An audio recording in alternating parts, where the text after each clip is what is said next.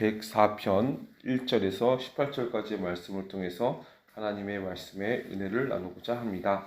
시편 104편은 우리가 하나님을 찬양을 해야 되는 근원적인 이유를 말씀해 주고 있습니다.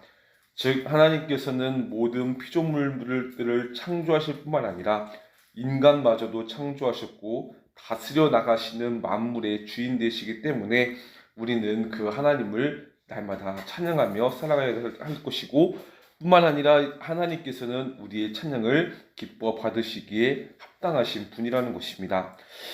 그래서 오늘 시편 104편 1절에 보시면 시작부터 이렇게 고백을 합니다. 내 영혼아 주님을 찬송하여라. 주 나의 하나님 주님은 더없이 위대하십니다. 권위와 위엄을 갖추셨습니다 라고 말입니다. 특히나 시편 104편 1절부터 8절까지는 이 시인이 하나님의 영광에 대해서 함께 찬양을 하고 있습니다. 근데 하나님의 영광을 이 시편의 시인은 어떻게 표현을 했습니까?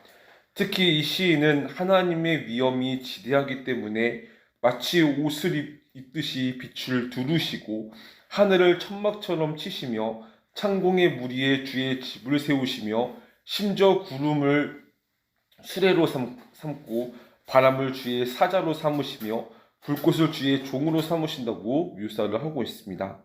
특히나 시인은 본절에서 천지 창조의 첫째 날과 둘째 날에 하나님께서 하신 일들에 대해서 묘사를 하였습니다. 그것은 2절에 단적으로 보여주고 있는데, 하나님께서는 빛을 발하시면서 이 빛을 옷처럼 걸치시는 분, 하늘을 천막처럼 펼치시는 분이라고 이렇게 표현을 하였습니다. 이 구절에 대해서 창세기에서는 하나님께서 어떻게 궁창을 만드셨으며 그에 따라 무엇이 구별되었던 것을 간단히 나타내고 있습니다. 따라서 시편 104편 2절에 보시면 궁창의 창조에 대해서 직접적인 언급이 없지만 다만 하나님의 거처로서 그 영광이 언급되고 있습니다. 특히나 3절에 보시면 이렇게 말씀을 합니다. 물 위에 누각에 들보를 놓으신 분, 구름으로 병거를 삼으시며 바람날개를 타고 다니시는 분이라고 말입니다. 이처럼 세상을 창조하실 때 빛과 궁창을 만드신 하나님께서는 이제는 자신이 빛으로 이 세상에 오셨습니다. 그 빛이 바로 예수 그리스도이신 것이죠. 그리고 만물이 빛이 없으면 살아갈 수 없듯이 모든 인간들은 생명의 빛을 소유하지 않고서는 영원한 삶을 누릴 수가 없는 것입니다. 빛으로 오신 하나님께서는 성도들에게 이렇게 말씀합니다. 너희는 세상의 빛이라고 말입니다. 그러므로 우리가 그리스도의 빛을 소유한 것처럼 그 빛을 모든 자들에게 나타내야 하는 것이 바로 우리의 성도의 임무이라는 사실을 우리는 날마다 기억하며 살아가야 할 것입니다. 즉 빛 대신 예수 그리스도를 바라보면서 우리도 주님께서 베풀어 주시는 그 빛을 반사하며 삶을 살아가야 한다는 것이죠. 근데 우리가 그러한 삶을 살아가기 위해서는 어떻게 해야 되겠습니까? 날마다 우리는 말씀을 통하여 끊임없는 연단과 도전을 받아야 하며 생활 속에서 계속해서 그대로 실천하며 살아가야 할 것입니다. 그러기에 갈라디아서 2장 20절에 보시면 뭐라고 말씀합니까? 이렇게 말씀을 하고 있습니다. 제가 갈라디아서 2장 20절을 읽어드리도록 하겠습니다. 갈라디아서 2장 20절 나는 그리스도와 함께 십자가에 못 박혔습니다. 이제 살고 있는 것은 내가 아닙니다. 그리스도께서 내 안에 살고 계십니다. 내가 지금 육신 안에서 살고 있는 삶은 나를 사랑하셔서 나를 위하여 자기 몸을 내어주신 하나님의 아들을 믿는 믿음 안에서 살아가는 것입니다 라고 말입니다. 사랑하는 성도 여러분, 빛 대신 예수 그리스도께서 우리의 삶을 보호하실 뿐만 아니라 우리 가운데 참 빛을 드러내셨습니다. 따라서 그 하나님의 은혜를 입은 우리가 날마다 하나님의 말씀으로써 내 삶은 내가 삶을 통치하고 다스리는 것이 아니라 예수 그리스도의 영광의 빛을 드러내며 삶을 살아가는 것이라는 것을 확실히 기억하면서 삶을 살아가는 우리 모두가 되었으면 좋겠습니다. 특히나 5절에 보시면 이렇게 말씀합니다. 주님께서는 땅의 기초를 튼튼히 놓으시고 땅이 영원히 흔들리지 않도록 하셨다고 말입니다. 특히나 여기서 땅의 기초를 두었다는 말은 어떤 물질의 위에 땅을 세워놓았다는 것이 아니라 공간 위에 땅을 메어 닿았다는 의미인 것입니다. 이것은 히브리인들의 우주관에서 이 유래된 표현법인데 결국 주님께서 땅의 기초를 든든히 놓으셔서 땅이 영원토록 흔들리지 않게 하셨다는 것은 정말로 하나님께서 이 땅을 창조하시고 나서 우리가 살아가는 이 동안 결국 예수 그리스도로 말미암아 우리가 날마다 믿음의 기초 속에서 흔들리지 않고 삶을 살아갈 수 있도록 은혜를 더하여 주신다는 것을 의미합니다. 결국 하나님께서는 우리에게 말씀을 주사 땅 가운데 우리가 땅에서 비록 삶을 살아가지만 그 가운데서 흔들리지 않고 빛 대신 주님을 바라보며 의지하며 살아갈 수 있도록 우리의 삶을 영원토록 붙들어 주시고 붙잡아 주신다는 것이죠. 따라서 우리 모두 삶 가운데서 우리를 영원히 흔들리지 않도록 해주시고 또한 우리의 삶 가운데서 계속해서 주님을 바라보며 흔들리나 무너지지 않고 좌우로 왔다 갔다 하지만 그럼에도 불구하고 하나님을 온전히 바라볼 수 있게 하시는 그 하나님의 통치와 은혜를 날마다 찬양하며 삶을 살아가는 우리 모두가 되었으면 좋겠습니다.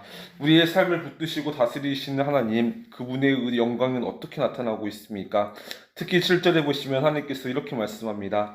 그러나 주님께서 한번 꾸짖으시니 물이 도망치고 천둥의 소리에 물이 서둘러서 물러간다고 말입니다. 이 외에도 8절과 9절에 보시면 하나님께서는 창조하실 때의 모든 것을 하나님의 주권과 섭리대로 그리고 하나님 말씀대로 다 이루어 주셨음을 고백하고 있습니다. 결국 이 말씀이 무엇입니까? 우리가 아까 찬양했던 것처럼 주 하나님 지으신 모든 세계를 통치하시는 하나님께서 우리의 삶조차도 통치하시며 하나님께서 우리의 삶 가운데 하나님이 하시겠다고 약속하시고 계획하신 일이 있다면 그것은 반드시 우리의 삶 가운데서 이루시고도 남으실 분이 바로 하나님의 영광이라는 것입니다. 따라서 사랑하는 우리 성도 여러분, 하나님께서는 천지를 창조하시고도 모든 것을 우주 만물을 통치하시는데 우리의 삶의 모든 순간순간마저도 통치하지 않으시겠습니까? 하나님은 우주 만물을 통치하실 뿐만 아니라 우리의 삶도 하나님의 뜻대로 하나님의 섭리대로 통치하시는 위대하신 하나님이십니다.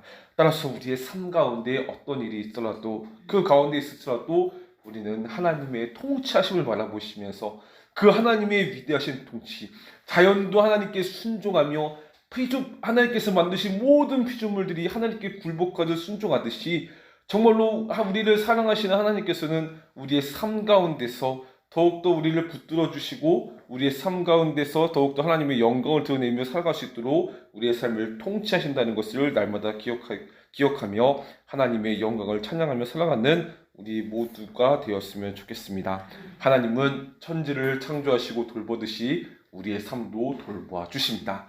심지어 우리의 삶의 모든 순간순간 우리가 생각하는 느낌, 감정, 생각, 홀로 있다는 그런 모든 불편과 힘든 가운데서도 여전히 하나님은 함께 하시고 돌보아 주신다는 것이죠. 따라서 그 하나님의 돌보심 우리가 날마다 기억하며 의지하며 살아가는 우리 모두가 되시기를 간절히 소망합니다. 10절부터 18절을 보도록 하겠습니다. 주님은 골짜기마다 샘물이 솟아나게 하신다고 합니다. 심지어 솟아난 샘물이 산과 산 사이로 흐르게 하신다고 합니다. 그래서 들짐승이 모두 마시고 모든 목마른 들나귀들이 갈증을 푼다고 말씀을 하시는 것이죠. 이처럼 하나님께서는 우리 가운데 은혜를 베풀어 주시는데 하나님께서 베풀어 주신 은혜는 이 시인은 하나님께서 우리에게 베푸신 은혜를 이 자연적인 묘사로 이렇게 표현을 하였습니다. 결국 오늘 이 10절에서 18절의 말씀의 내용이 무엇입니까? 하나님께서는 우리에게 생명을 주시는 은혜를 베풀어 주신다는 것입니다. 이 10절에 보시면 골짜기마다 샘물이 솟아나게 하셔서 산과 산 사이로 흐르게 하시는데 산과 산 사이로 흐르게 된 샘물이 주어지는 결과가 무엇입니까? 결국 들짐승들이 그 산과 산 사이로 흐르는 샘물을 마시고 갈증을 풀어진다고 합니다.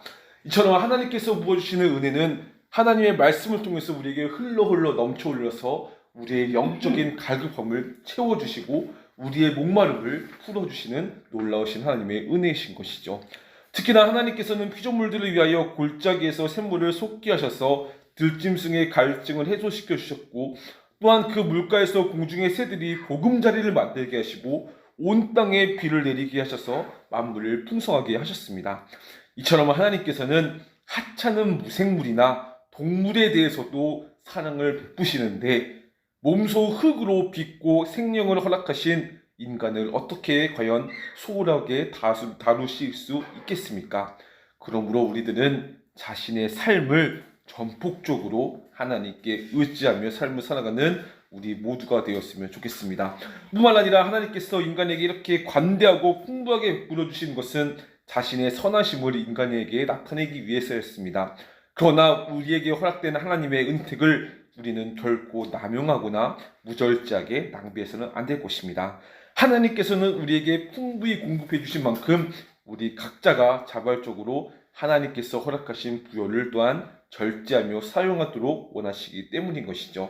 따라서 사랑하는 성도 여러분, 우리 모두가 하나님께서 우리의 삶을 통치하시며 하나님의 영광을 나타내시며 하나님의 은혜를 베풀어 주시는데 그 은혜를 결코 헛된 것으로 여기지 않고 풍부히 우리에게 베풀어 주시는 그 은혜를 날마다 기억하면서 우리 또한 우리에게 하나님의 은혜를 받은 우리가 더욱더 하나님께 감사하며 하나님의 통치를 기억하며 날마다 하나님을 붙들고 하나님을 인정하며 하나님의 돌보심을 기억하며 삶을 살아가는 우리 모두가 되시기를 간절히 소망합니다. 하나님은 여러분의 삶을 돌보고 계십니다. 또한 하나님은 우리의 삶을 다스리실 뿐만 아니라 돌보시며 하나님의 뜻대로 하나님의 영광을 나타내시며 하나님의 은혜를 풍성하게 나타내 주실 것입니다. 힘들어도 좌절하지 마시고 하나님의 돌보심 가운데 오늘 하루도 힘내어 더욱더 하나님을 바라보며 소망 있는 삶, 천국의 소망을 두고 삶을 살아가는 우리 모두가 되시기를 간절히 소망합니다. 기도하겠습니다.